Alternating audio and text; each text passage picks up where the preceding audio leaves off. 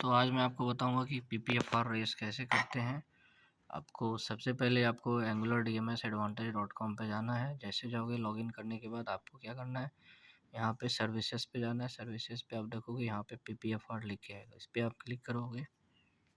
PPFR पे जैसे ही click करोगे ये एक पोर्टल आपका खुलेगा, ठीक है। ये PPFR पे जैसे ये पोर्टल पे आपको इंडिकेटिंग पे क्लिक करना है। जैसे ये क्लिक करोगे ये बेसिक डिटेल है जो आपको फिल करना है और इसके बाद आपका PPFR जनरेट हो जाएगा, ठीक है। तो सबसे पहले आपको क्या डालना है कि इंसिडेंट कब से इशू हो रहा है। जैसे ये वाला मेरा जो केस है इसमें 18 अक्टूबर को कस्टमर को इशू आया था, तो मैं वो डेट डाल दिया।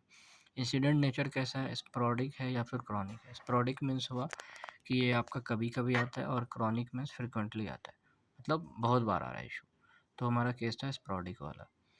देन आपका इंसिडेंट कैटेगरी आपको चूज़ करना है। ये आपका IQ इलेक्ट्रिकल से रिलेटेड है, रिले है, बॉडी पार्ट्स, तो हम यहाँ पे इलेक्ट्रिकल यूज़ करेंगे।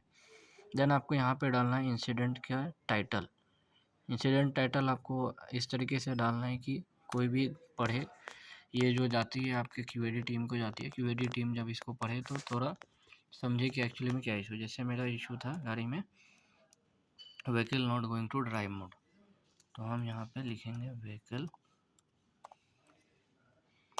Not going to drive mode and MIL popup, ठीक है। MIL लाइट जल रहा था, सॉरी।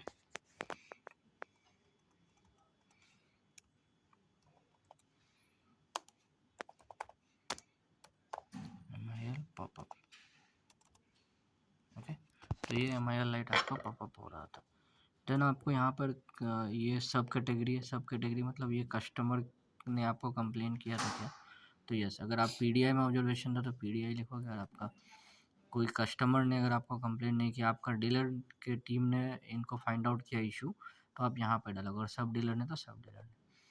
तो ये यहाँ पे हमने चूज़ कर लिया कि कस्टमर ने हमें कंप्लेन बताया था कि गाड़ी ड्राइव मोड में नहीं आ रही। तो आप थोड़ा सा यहाँ पर डिस्क्राइब कर सकते हो कि आपका नेचर ऑफ इंसिडेंट क्या था। तो यहाँ पे मैंने यहाँ पे इंसिडेंट के बारे में थोड़ा डिस्क्रिप्शन दिया कि गाड़ी ड्राइव मोड में नहीं जा रहा था जब हम ब्रेक लीवर और मोड बटन को प्रेस कर रहे थे, ठीक है। देन आफ्टर अभी आपको यहाँ पे क्या डालना है, यहाँ पे डालना है फर्दर कॉन्टैक्ट डिटेल्स। आप किससे कॉन्टैक्ट कर सकते हो, तो जैसे आप एज ए WM यहाँ पे, तो आप अपना नाम वहाँ पे डाल कर अभी आपको यहाँ पे अपना कॉन्टैक्ट डिटेल डालने के बाद आपसे पूछेगा कि मॉडल कौन सा आपको चूज़ करना है। तो यहाँ पे EV के लिए TVS iQube के लिए 347 चूज़ करते हैं, ठीक है। तो ये यहाँ पे अपने को ढूंढना है कहाँ पे है 347, तो ये रहा ऊपर में। तो यहाँ पे 347 चूज़ करेंगे। जैसे ही आप ये चूज़ करेंगे तो यहाँ पे आपको iQube लिख के आ जाएगा, देखिए। ऑर्बिटर के लिए अलग होता है, iQube के लिए अलग होता है, ठीक है।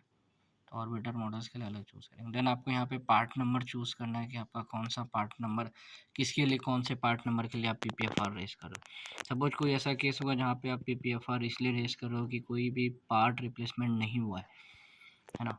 तो जैसे आप फ्लैशिंग केब से इशू रिजॉल्व हो गया, बट आप चाह रहे हो कि कंपनी को बताओ, या कहीं पे कोई आपने केबल टाई का यूज़ करके टाई किया, मतलब जहाँ पे आपका कोई पार्ट रिक्वायरमेंट नहीं हुआ, तो आप यहाँ पे पार्ट नंबर NE लिख सकते हैं। अगर आपका कोई पार्ट लगा, मेरे से हमारे केस में रिले लगा था तो रिले का डाल रहे हैं। रिले लगा नहीं था, रिले हमने इंटरचेंज किया था एक गाड़ी से दूसरे गाड़ी और इसी रिजॉल्व हो गया, तो उसका हम यहाँ पे रिले का पार्ट नंबर डालेंगे। तो यहाँ पे आप पार्ट नंबर डाल दिया, ठीक है। पार्ट नंबर डालने के बाद आपको दो चीज़ें और डालनी होती है।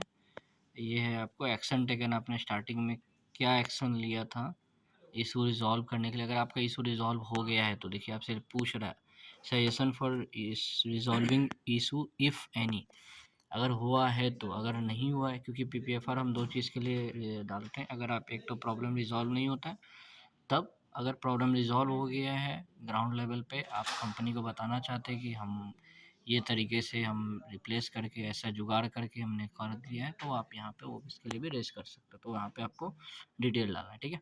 देन आफ्टर प्रिलिमिनरी एनालिसिस, मतलब आपको स्टार्टिंग में आपने क्या ऐसा चेक पॉइंट चेक किया और फिर किस तरीके से इशू को फाइंड आउट किया, वो डालना है।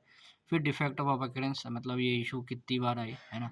यहाँ पे हम UAM में सेलेक्ट करते हैं numbers always. So we will select, क्योंकि हम नंबर्स के टर्म्स में ही बात कर पाएंगे। कितने ऐसे आपके पास इश्यूज आए हैं जो प्रॉब्लम्स को आप कंपनी को बता रहे हैं, ठीक है। देन आफ्टर यहाँ पे आपको सर्विलिटी टाइप क्या है, तो इसका आपका डिटेल में हर किसी का अलग अलग मीनिंग है।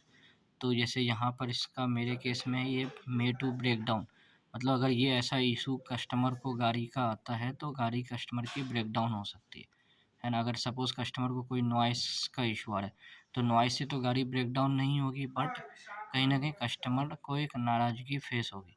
तो कस्टमर में इरिटेट इन दैट केस, तो उसके लिए अलग-अलग आपका चूज़ करना होता है। फिर पार्ट रिप्लेसमेंट स्टेटस, क्या आपने पार्ट रिप्लेस किया है क्या? जैसे हमारे केस में पार्ट रिप्लेस नहीं हुआ था, पार्ट सिर्फ़ इंटरचेंज हुआ था, तो यहाँ पे हम नो रिप्लेसमेंट डालेंगे।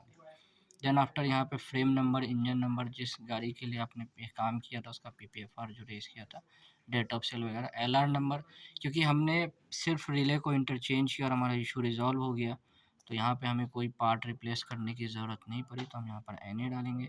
एंड देन कस्टमर का कंप्लेंट जो था और कूरियर डिटेल्स, क्योंकि कूरियर हम कर नहीं रहे हैं, तो हमें यहाँ डालने की ज़रूरत है नॉट रिक्वायर्ड, क्योंकि हम पार्ट ही रिप्लेस नहीं किए।